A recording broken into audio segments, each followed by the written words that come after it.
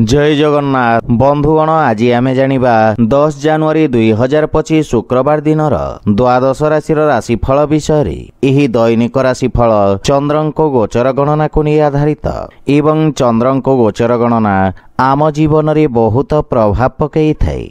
तो आसंतु सर्वप्रथमे जानिबा आजिर तिथि और राशि नक्षत्र विषय। आज होची 10 जनवरी 2025 शुक्रवार पौष शुक्ल पक्ष एकादशी दिवा 10 घंटा 20 मिनिट गते द्वादशी। आज कृतिका नक्षत्र दिवा 1 घंटा 45 मिनिट गते रोहिणी नक्षत्र। आज वृषचंद्र अहोरात्र। आजिर पर्वोत्सव सर्वसम्मत पुत्रदा एकादशी उपवास। आजिर शुभ बेला प्रातः 6 घंटा 34 मिनिट रु दिवा 7 घंटा 18 मिनिट पर्यंत।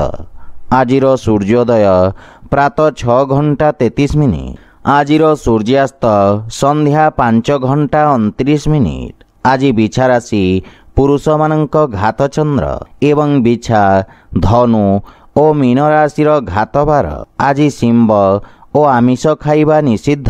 तो बंधुगण आसंतु जानिबा आजिर राशिफल विषय। ता पूर्वरु आम चैनल को जो माने नुआ करी आछंती तळे थिबा लाल रंगर सब्सक्राइब बटन को दबाई आम चैनल को सब्सक्राइब करंतु और पाखरे थिबा घंटी बटन को दबाई ऑल रे सिलेक्ट करंतु काहेकि ना आमे अपलोड करिथबा प्रत्येक वीडियो रो नोटिफिकेशन आपण सर्वप्रथमे पाई परिबे।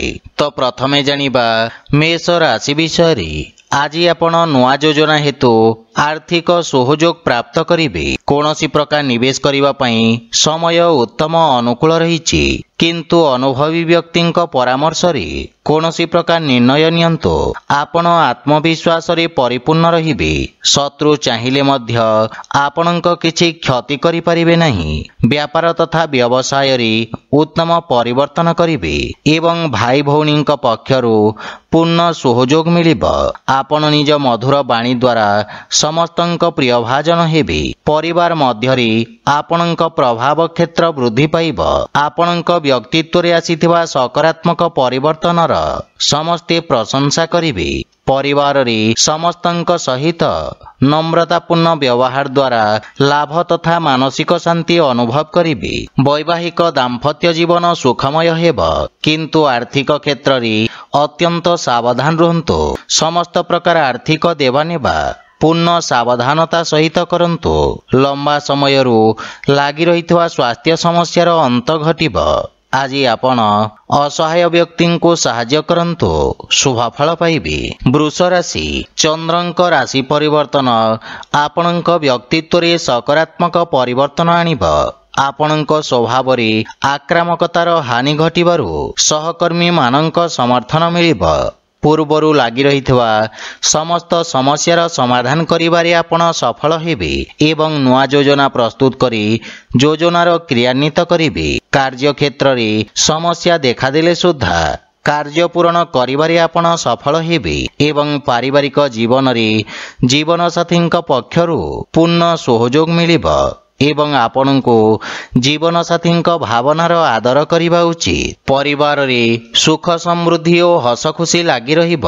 बालक मानक सहित आपण अधिक समय अतिबाहित करिबे एवं आपणक व्यवहार रे समस्ते प्रभावित हेबे। धार्मिक आध्यात्मिक पूजा पाठ प्रति आपणक रुचि बढ़िब। सामाजिक कार्य क्षेत्र रे मान सम्मान रे वृद्धि घटिब एवं आर्थिक स्थिति सुदृढ़ हेबाकु लागिब। वाणिज्य व्यवसायर विस्तार योजना रे आपण खर्च करिबे एवं चर्म संबंधित रोगरु मुक्ति मिलिब। जलर सेवन उचित मात्रा रे करंतु एवं स्वास्थ्य नियमर पालन करंतु।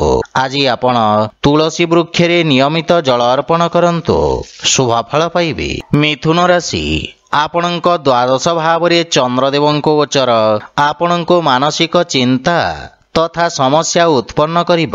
नुआ कौशलर प्रयोगरु व्यवसाय तथा कार्य क्षेत्र रे किछि बड़ परिवर्तन करिबे एवं नुआ नुआ तथ्यर संग्रह करिबे जहा भविष्यत रे आपणक बहुत कामरे आसीब। पारिवारिक जीवन सामान्य कलहपूर्ण रहिब एवं परिवार सदस्यंक मध्यरे भूल बुझाबणा देखा देई पारे किंतु आपण नुआ योजना प्रस्तुत करिबे ଓ ସଫଳତା ମଧ୍ୟ ପାଇବେ। କିଛି ନୂଆ କରିବାର ପ୍ରବଳ ଇଚ୍ଛା ରହିବ। ଅନାବଶ୍ୟକ ବସ୍ତୁ କ୍ରୟ କରିବା ଦ୍ୱାରା ବ୍ୟୟଭାରରେ ବୃଦ୍ଧି ଘଟିବ। ପ୍ରେମ ସମ୍ବନ୍ଧକୁ ନେଇ ଆପଣ ସାମାନ୍ୟ ଚିନ୍ତିତ ରହିବେ ଏବଂ ଆପଣଙ୍କ ଆର୍ଥିକ ସ୍ଥିତି ମଜବୁତ ହେବ। କିନ୍ତୁ ଅନାବଶ୍ୟକ ଖର୍ଚ୍ଚରେ ନିୟନ୍ତ୍ରଣ କରିବାର ଆବଶ୍ୟକତା ରହିଛି। ବ୍ୟବସାୟ କ୍ଷେତ୍ରରେ ଲାଭର ସ୍ଥିତି ସାମାନ୍ୟ ରହିବ। ଧର୍ମକର୍ମ ଓ ପୂଜାପାଠ ପ୍ରତି ଆପଣଙ୍କ ଶ୍ରଦ୍ଧାଭାବ ବଢ଼ିବ। ପୁରୁଣା ସ୍ୱାସ୍ଥ୍ୟ ସମସ୍ୟା ଆପଣଙ୍କୁ ହଇରାଣ କରିପାରେ, ସେଥିପାଇଁ ସ୍ୱାସ୍ଥ୍ୟ ନିୟମର ପାଳନ କରନ୍ତୁ। ଆଜି ଆପଣ ଗାୟତ୍ରୀ ମନ୍ତ୍ରର ଜପ କରନ୍ତୁ, ଶୁଭଫଳ ପାଇବେ। କର୍କଟ ରାଶି, ଆପଣଙ୍କ ଏକାଦଶ ଭାବରେ ଚନ୍ଦ୍ରଦେବଙ୍କ ଗୋଚର ଆପଣଙ୍କ ଜୀବନ ସ୍ତରକୁ ଉଚ୍ଚ କରିବ। କାର୍ଯ୍ୟକ୍ଷେତ୍ରରେ ନୂଆ ପରିବର୍ତ୍ତନ ଆପଣଙ୍କ ବାଣିଜ୍ୟ ବ୍ୟବସାୟର ବିସ୍ତାର କରିବ। ଆପଣଙ୍କୁ ଆଗକୁ ବଢ଼ିବାର ଅବସର ମିଳିବ।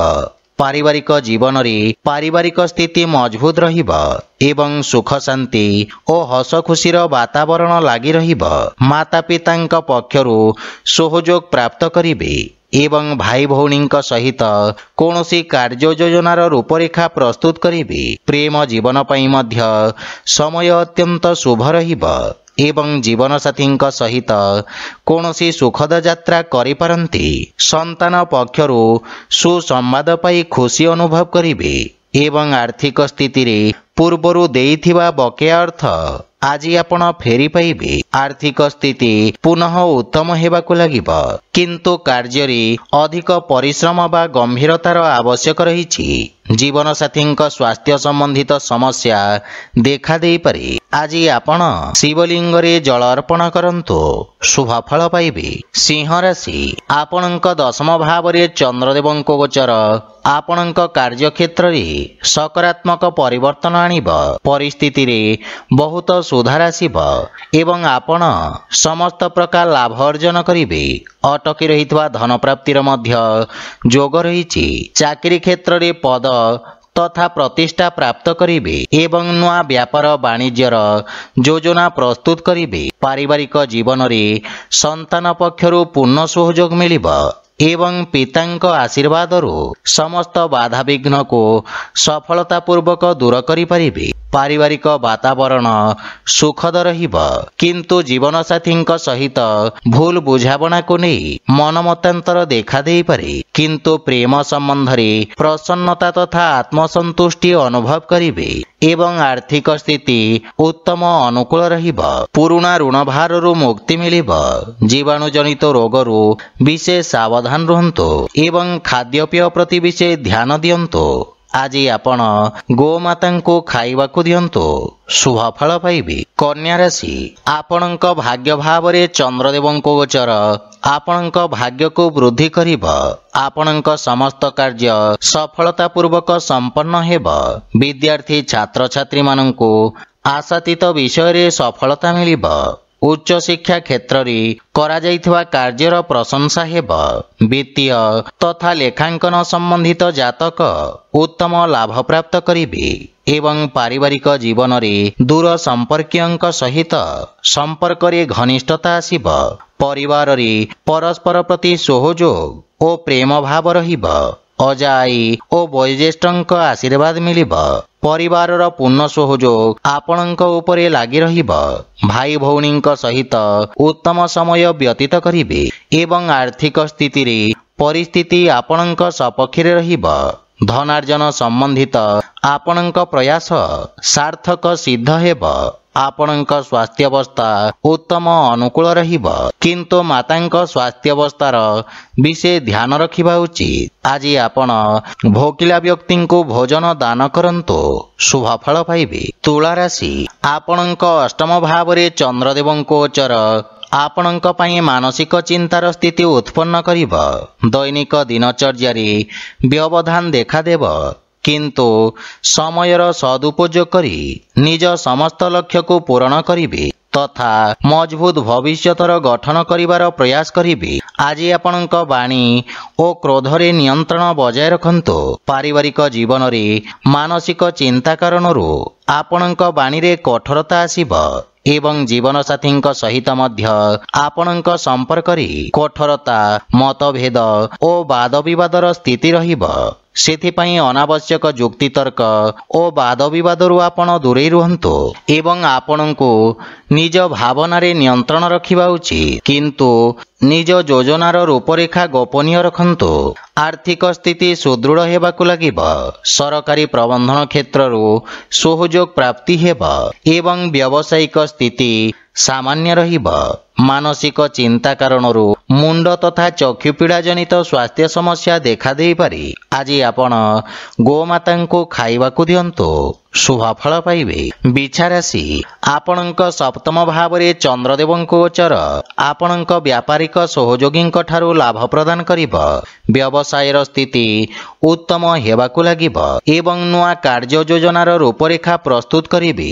ଆପଣଙ୍କୁ ନିଜ ଭାଗିଦାରୀଙ୍କ ଭାବନାକୁ ଆଦର କରିବା ଉଚିତ। ପାରିବାରିକ ଜୀବନରେ ଜୀବନସାଥୀଙ୍କ ଭାବନାକୁ ସମ୍ମାନ କରିବେ ଏବଂ ପରସ୍ପର ମଧ୍ୟରେ ଥିବା ଭୁଲ ବୁଝାମଣା ଦୂର ହୋଇ ପ୍ରେମ ଭାବ ବୃଦ୍ଧି ପାଇବ।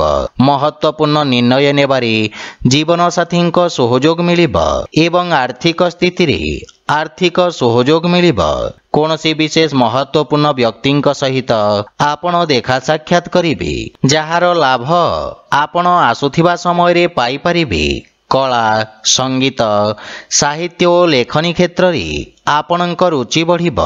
ପୁରୁଣା ବନ୍ଧୁମିତ୍ରଙ୍କ ସହିତ ଆପଣ ଦେଖା ସାକ୍ଷାତ କରିବେ, ସେଥିପାଇଁ ମନରେ ପ୍ରସନ୍ନତାର ଭାବ ରହିବ ଏବଂ ଆର୍ଥିକ ସହଯୋଗ ମିଳିବ।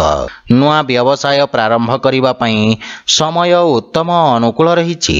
ରକ୍ତଚାପ ସମ୍ବନ୍ଧିତ ବିକାର ପ୍ରତି ବିଶେଷ ସାବଧାନ ରୁହନ୍ତୁ। ଆଜି ଆପଣ ଭଗବାନ ଗଣେଶଙ୍କୁ ଦୁବ ଅର୍ପଣ କରନ୍ତୁ, ଶୁଭଫଳ ପାଇବେ। ଧନୁରାଶି, ଆପଣଙ୍କ ଷଷ୍ଠ ଭାବରେ ଚନ୍ଦ୍ରଦେବଙ୍କ ଗୋଚର ଆପଣଙ୍କ ଶତ୍ରୁପକ୍ଷକୁ ପ୍ରଭାବିତ କରିବ। ଆକସ୍ମିକ ଭାବରେ କିଛି ସମସ୍ୟା ଦେଖାଦେଇପାରେ। ଶତ୍ରୁ ଓ ବିରୋଧୀମାନେ ଆପଣଙ୍କୁ ହଇରାଣ କରିବାର ପ୍ରୟାସ କରିବେ, କିନ୍ତୁ ଆପଣ ନିଜ ଧୈର୍ଯ୍ୟ ତଥା ଯୋଜନାବଦ୍ଧ ଭାବରେ ସମସ୍ତ ସମସ୍ୟାର ସମାଧାନ ଖୋଜିବାରେ ସଫଳ ହେବେ। ପାରିବାରିକ ଜୀବନରେ ବିଶେଷ କରି ମାତାଙ୍କ ସ୍ୱାସ୍ଥ୍ୟାବସ୍ଥାର ଧ୍ୟାନ ରଖନ୍ତୁ, କିନ୍ତୁ ପାରିବାରିକ ଜୀବନ ସାମାନ୍ୟ ଚିନ୍ତାଜନକ ରହିବ। ପରିବାରର କୌଣସି ସଦସ୍ୟଙ୍କ ସମ୍ବନ୍ଧିତ କୌଣସି ଅପ୍ରିୟ ସମାଚାର ମିଳିବାର ସମ୍ଭାବନା ରହିଛି। ଆପଣଙ୍କ ଦ୍ୱାରା କୁହାଯାଇଥିବା କଟୁବଚନ ଆପଣଙ୍କ ପାଇଁ ସମସ୍ୟା ଉତ୍ପନ୍ନ କରିପାରେ। ଆର୍ଥିକ କ୍ଷେତ୍ରରେ ଆକସ୍ମିକ ଧନଲାଭର ଯୋଗ ରହିଛି ଏବଂ ଆପଣଙ୍କ ଆୟରେ ବୃଦ୍ଧି ଘଟିବ। ବାଣିଜ୍ୟ ବ୍ୟବସାୟରେ ଲାଭ ପରିଣାମ ପାଇପାରିବେ, କିନ୍ତୁ ଅନାବଶ୍ୟକ ବାଦବିବାଦ ଓ ଯୁକ୍ତିତର୍କରୁ ଆପଣ ଦୂରେଇ ରୁହନ୍ତୁ, ଅନ୍ୟଥା କ୍ଷତିର ସମ୍ଭାବନା ରହିଛି। ଆଜି ଆପଣ ଅସହାୟ ବ୍ୟକ୍ତିଙ୍କୁ ସାହାଯ୍ୟ କରନ୍ତୁ, ଶୁଭଫଳ ପାଇବେ। ମକର ରାଶି, ଆଜି ସମସ୍ତ ବର୍ଗର ଛାତ୍ରଛାତ୍ରୀମାନଙ୍କ ପାଇଁ ସମୟ ସର୍ବଶ୍ରେଷ୍ଠ ରହିବ। ଆପଣ ଏହି ସମୟରେ ନିଜ ଶିକ୍ଷା ତଥା ଭବିଷ୍ୟତକୁ ଗଠନ କରିବାର ଯୋଜନା କରିବେ। ଆପଣଙ୍କ କାର୍ଯ୍ୟକ୍ଷେତ୍ରରେ ନୂଆ ଆବିଷ୍କାର ତଥା ସନ୍ଧାନ ମାଧ୍ୟମରେ ବଡ଼ ପରିବର୍ତ୍ତନ କରିବେ। ପାରିବାରିକ ଜୀବନରେ ପରିବାର ସଦସ୍ୟଙ୍କ ସହିତ ଉତ୍ତମ ସମୟ ଅତିବାହିତ କରିବେ। ବଡ଼ ଭାଇ ଭଉଣୀ ତଥା ପରିବାରର ବରିଷ୍ଠ ବ୍ୟକ୍ତିଙ୍କ ସ୍ୱାସ୍ଥ୍ୟାବସ୍ଥାର ବିଷୟ ଧ୍ୟାନ ରଖନ୍ତୁ। ମାତାପିତାଙ୍କ ପକ୍ଷରୁ ସହଯୋଗ ମିଳିବ ଏବଂ ଜୀବନସାଥୀଙ୍କ ସହିତ ଦାମ୍ପତ୍ୟ ଜୀବନ ସୁଖମୟ ହେବ। ଆର୍ଥିକ ସ୍ଥିତିରେ ପରିସ୍ଥିତି ଆପଣଙ୍କ ସପକ୍ଷରେ ରହିବାର ଯୋଗ ରହିଛି। ଧନାର୍ଜନ ସମ୍ବନ୍ଧିତ ଆପଣଙ୍କ ପ୍ରୟାସ ସାର୍ଥକ ସିଦ୍ଧ ହେବ। ଏହି ସମୟ ଆପଣଙ୍କୁ ନିଜ କାର୍ଯ୍ୟଶୈଳୀରେ ସକାରାତ୍ମକ ପରିବର୍ତ୍ତନ କରିବାର ସ୍ୱର୍ଣ୍ଣିମ ଅବସର ପ୍ରଦାନ କରିବ। ଆର୍ଥିକ ସ୍ଥିତି ସୁଦୃଢ଼ ହେବା ସହିତ ବାଣିଜ୍ୟ ବ୍ୟବସାୟ କ୍ଷେତ୍ରରେ ଆପଣ ଉତ୍ତମ ଲାଭ ପରିଣାମ ପାଇପାରିବେ, କିନ୍ତୁ ଉଦର ତଥା ପେଟ ସମ୍ବନ୍ଧିତ ସ୍ୱାସ୍ଥ୍ୟ ସମସ୍ୟା ଆପଣଙ୍କୁ ହଇରାଣ କରିପାରେ। ସେଥିପାଇଁ ଖାଦ୍ୟପେୟ ପ୍ରତି ସତର୍କ ରୁହନ୍ତୁ ଏବଂ ସ୍ୱାସ୍ଥ୍ୟ ନିୟମର ପୂର୍ଣ୍ଣ ପାଳନ କରନ୍ତୁ। ଆଜି ଆପଣ ହନୁମାନ ଚାଲିସାର ପାଠ କରନ୍ତୁ, ଶୁଭଫଳ ପାଇବେ। କୁମ୍ଭ ରାଶି, ଆପଣଙ୍କ ଦ୍ୱାରା ଏହି ଅବଧିରେ କରାଯାଇଥିବା ପ୍ରୟାସ ଆପଣଙ୍କୁ ଭବିଷ୍ୟତରେ ଧନ ଲାଭ ତଥା ସମ୍ପତ୍ତି ଅର୍ଜନର କାରଣ ହେବ। निज क्रोध और बाणी रे संयमता रक्षा करंतु। कौनसी गुप्त शत्रु आपणंकु हैरान करि पारंती। विदेश रे व्यवसाय करुवा व्यक्ति को शुभ समाचार प्राप्ति हेब।